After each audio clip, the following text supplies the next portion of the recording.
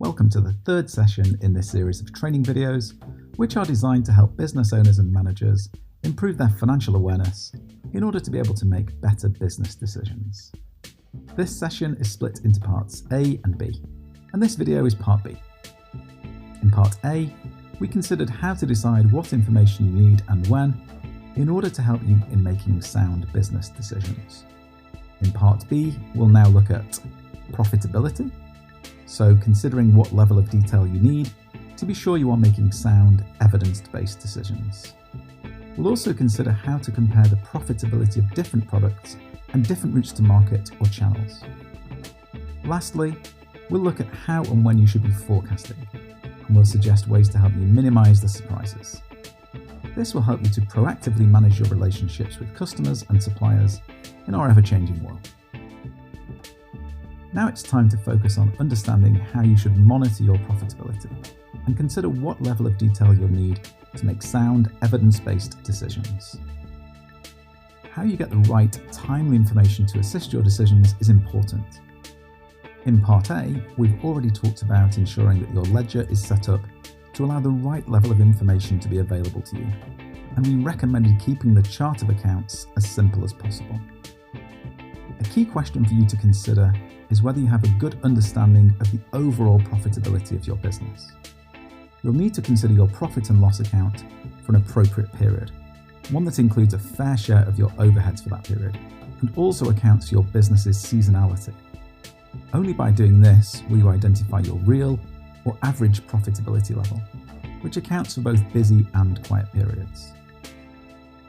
Most accounting systems will offer P&L reports for any period that you define, but it's normal for most businesses to consider profitability at least monthly. The P&L report from your account software will be based on your chart of accounts and should be sufficient to provide a company-level measure of your profitability, subject, of course, to correct and pertinent input and information. If your business is creating good, positive profit across your business cycle, then you'll be able to consider whether your business is ready for growth. And by this, we mean whether you can sustainably scale up your current activity to increase your overall business profit levels. Do note that many successful new companies will not necessarily look profitable in the short term, as they tend to incur one-off setup costs and may also set up their overhead structure to support a level of trade activity they are not yet experiencing. The profit trajectory of these new companies should improve as their trade activity increases, but does need to be monitored closely to ensure that short-term losses incurred will be offset by future profits in an affordable timeframe. Regular review of your profitability level will enhance your confidence in your business activity and quickly highlight any issues that arise that could have a bigger impact on your bottom line than you expected, hence giving you a chance to implement changes to correct the situation before it's been going on for too long. Scaling up will require increasing sales and production in a sustainable way, avoiding the main pitfall of running out of cash, as you will often spend upfront on working capital and equipment to increase your activity level. Key questions to consider include: where is the demand for my products? Are there customers out there who want my current or new products so that sales can be increased? If so, can I access these customers, and will there be costs incurred to access them? For example, do I need to spend on securing SALSA or B Corp accreditations to make my products attractive to certain wholesale customers?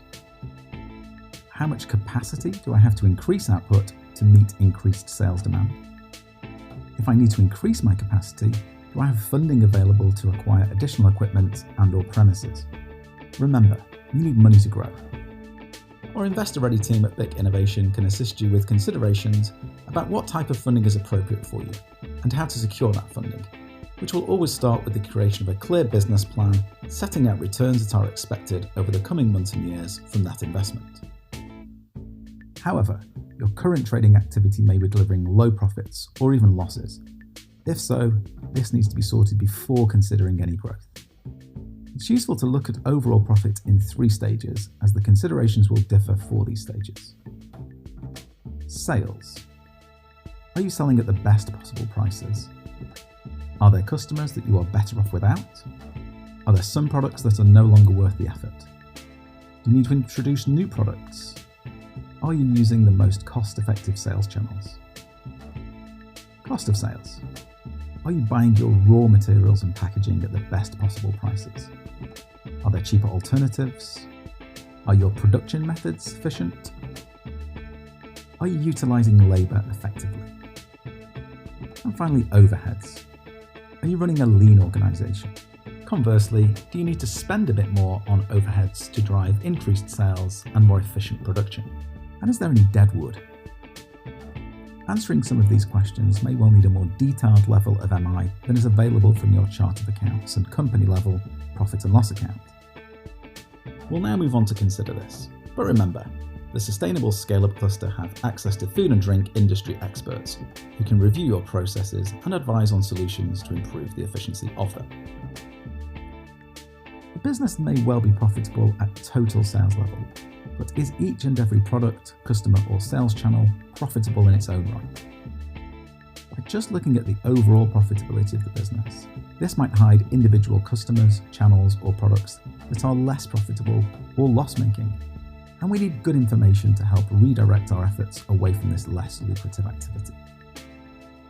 For effective decision-making, where you are a business with multiple products and/or multiple sales channels or customer pricing strategies, you need to understand the profitability associated with each product, customer, or channel.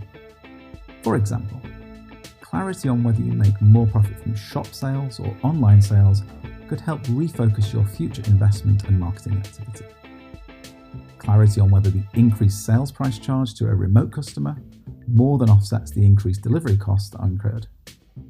Clarity on which of your products give you the highest profit will impact sales activity and should direct your production activity. This needs to be linked to an understanding of whether there is sales demand for the more profitable products, and you need to direct your marketing activity to create that demand.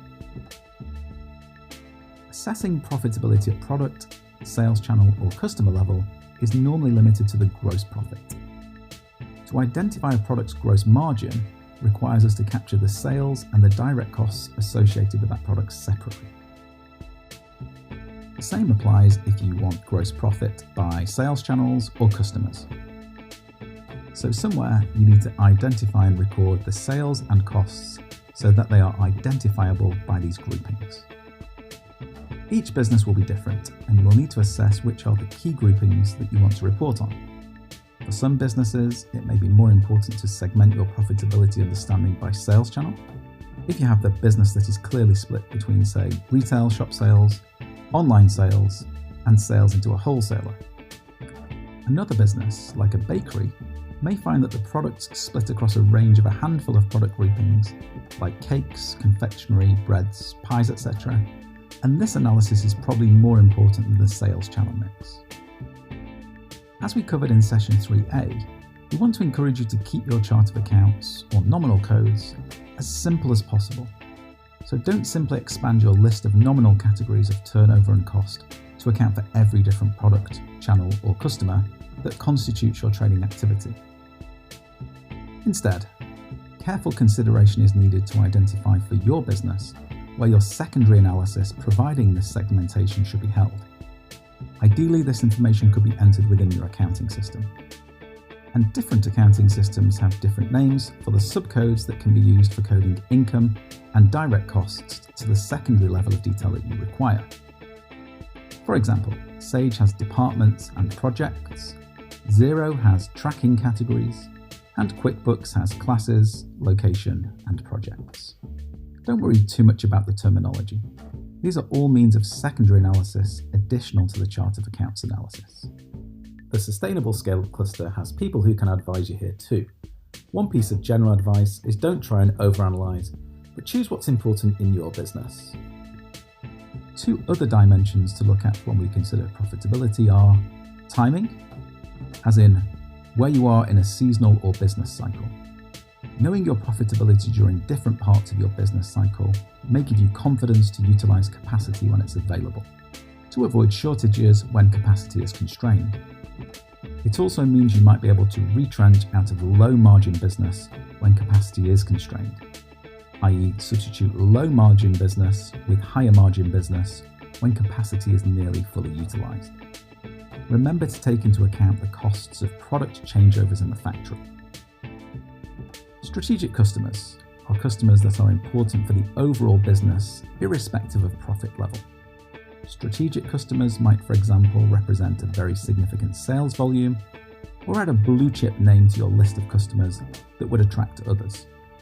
You may therefore make a strategic decision to continue to fulfill their orders despite other less strategic customers potentially being more profitable.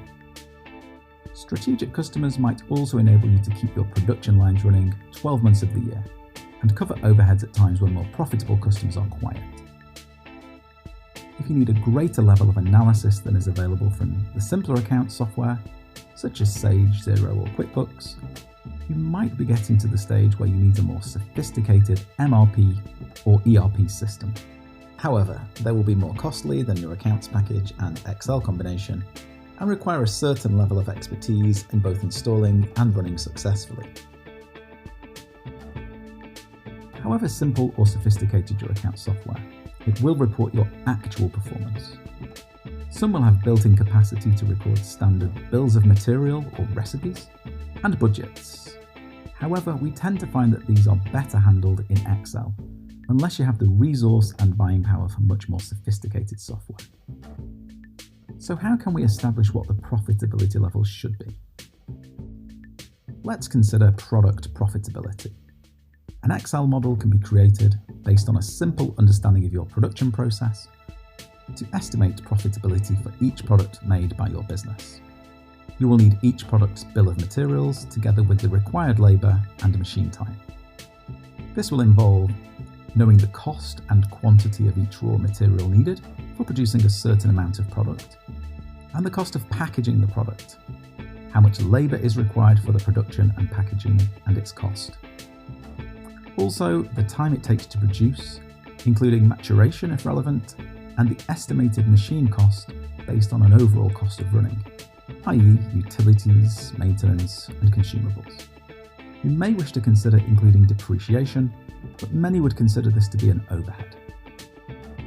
Once you have the basic cost of production, then where appropriate, you can vary the selling price applicable to different customers and/or vary the selling and distribution cost to reflect the different sales channels.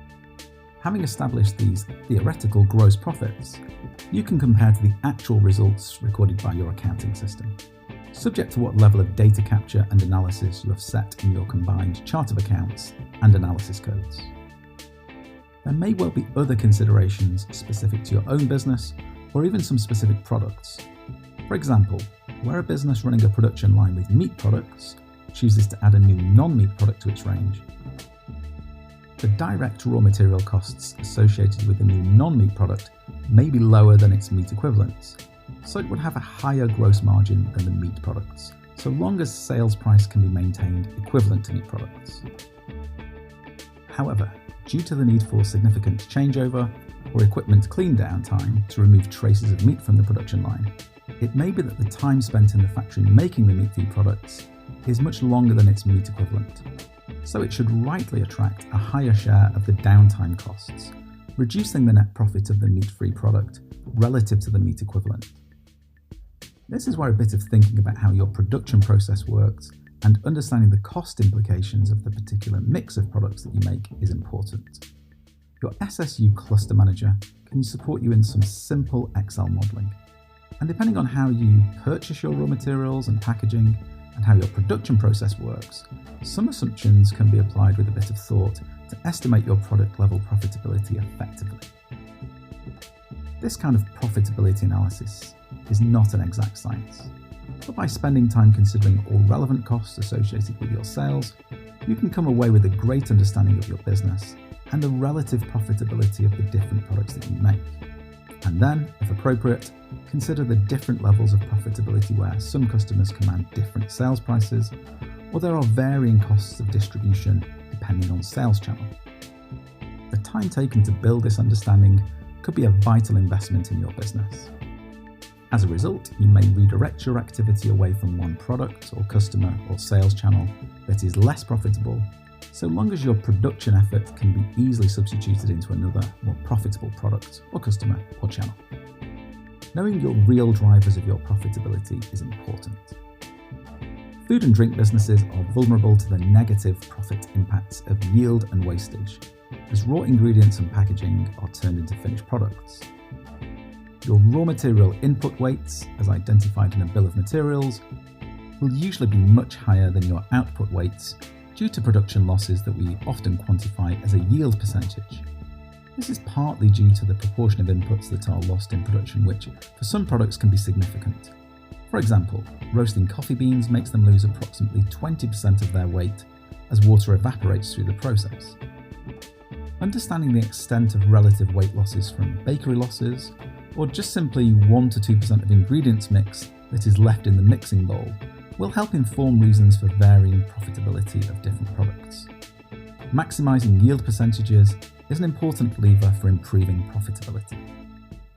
Separately, other wastage from your production line will relate to avoidable incidents, like dropped or broken products, finished goods rejected due to mispackaging, or low quality output. These all suppress your profitability, and again can vary significantly across different products, particularly if some products are easier to make than others. For example, raw milk is often managed by businesses as a mass balance, where the yield loss is a function of adhesion of product to the pipework or interface with rinse water. In abattoirs, it might be the yield from carcasses, or in a bakery, the losses from driving water from ingredients, or a coffee roaster converting green bean to roast. Each sector has its own set of measures. Another factor could be frequency of changeover from one product to another.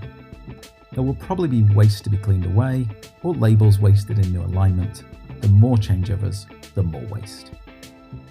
Changeovers don't only waste product and packaging, but create downtime where labour and machinery is non-productive. If certain products demand more frequent or longer changeovers, this should be reflected in the labour and machine cost for that product. Tracking the variable or direct costs by product, by customer, and by channel will allow incremental improvements to production and sales procedures, thereby leading to better profitability. Review of channels to market can mean that the balance between the channel, the speed at which cash for the sale is received, and the margin on that sale will inform your sales priorities. If e-commerce has a lower margin but turns money around 3 or 4 times faster than a wholesaler, it might make it a worthy option when cash is tight. Lastly, we'll look at how and when you should be forecasting, and suggest ways to help you minimise the surprises and help you to proactively manage your relationships with customers and suppliers in our ever-changing world. We have mentioned the importance of stock management and the relationship between stock held, its shelf life, and the rate at which it's being used up compared to the time it takes to replenish. Within the accounts will be the nominal ledger codes for stock. Normally, these will be high level, perhaps analysing broadly as raw materials, packaging, and finished goods. Good stock control will require knowing stock levels for each individual item. This might be possible within the main accounts package. For example, Sage 50 can provide both quantity and value of stock, subject as always to the correct data being captured and entered. Otherwise, it may be advisable to consider implementing a dedicated stock system or an MRP or ERP system. The allocation of stock values to finished products is important, where the raw materials have gone through the full production process. The finished goods stock value should be based on the full cost of product manufacture, this being the raw material and packaging input costs, adjusted for wastage loss or yield impacts, and will also include associated direct production costs, i.e. labour and possibly machine time.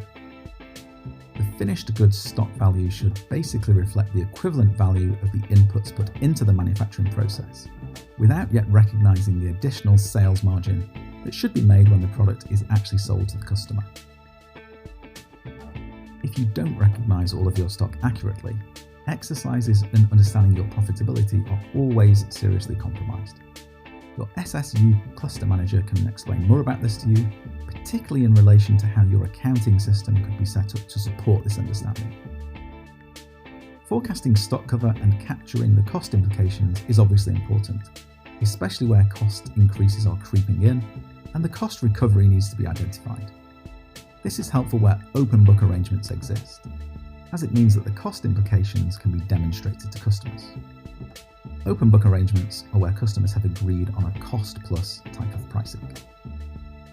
And remember, as timely stock measurement is vital to ensure that your profitability understanding is accurate for any given period, so tight control of stock balances is a key driver to success. Monthly rolling forecasts are the next key driver of good insight and control. Most accounting systems deliver your profit and loss and balance sheet information on at least a monthly basis, and review of your monthly position and profitability is vital for timely decision making. However, the insight that really gives you confidence is to take your monthly results and then forecast forward with your expected sales and cost information for the coming months. This is called a rolling forecast, where each month your actual performance replaces the forecast expectation for that month. And you can easily see whether performance was as expected, and also whether your forecasts for future months still look appropriate or need to be tweaked. A common way to approach rolling forecasts is to start with your annual budget for your sales and costs, broken down into each month. Then pick the key elements of your P&L and balance sheet that you want to monitor. The more granular this is, the better insight you will have. As a minimum, you should be looking at your total sales forecast by key channel and the split of your direct and overhead costs. Then it can be in a simple spreadsheet that you replace your monthly forecast with actual as you move through the year. This will give you a good trend analysis to see how your key metrics are moving over time periods, and this will show you whether your future month forecasts are still appropriate, or whether you should change your expectation of where your results will finish. Performing this kind of analysis on a monthly basis helps you to make timely decisions on any changes required to react to trends that you are seeing over time. Cash forecasts are important, particularly if cash is tight in your business. Should be looked at on a daily, weekly, or monthly basis as needed. Knowledge of timing of seasonality impacts, forecasting sales invoice receipts, supplier payment timings, big HMRC bills to be paid, and other big expected changes like capital investments are important to be mapped to ensure that your cash forecast shows you still have enough money to trade on every single day that your business is active. Again, a spreadsheet highlighting expected changes in your daily cash balance for the coming weeks is a vital tool to give confidence that you can react to ensure you don't run out of money on any particular day. Building scenarios that show impact on your profitability of varying some of your key costs is important. This is particularly important in periods where you believe that your business is at risk of cost volatility in certain of your staffing, supplier, or other input costs.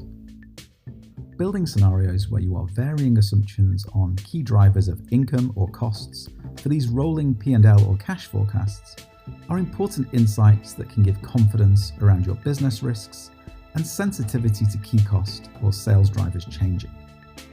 Sometimes looking at this kind of analysis can show you that some expected supplier price increases are only going to have a small impact on your overall profitability, so this can give confidence. Again, your SSU Cluster Manager can support your modelling of this, and we will also look closer at forecast modelling in our next section. In summary, in Part B of this session, we have looked at the MI needed to help you understand your overall profitability, the benefits of understanding your product and channel profitability, and how and when to update your rolling forecasts effectively to avoid surprises.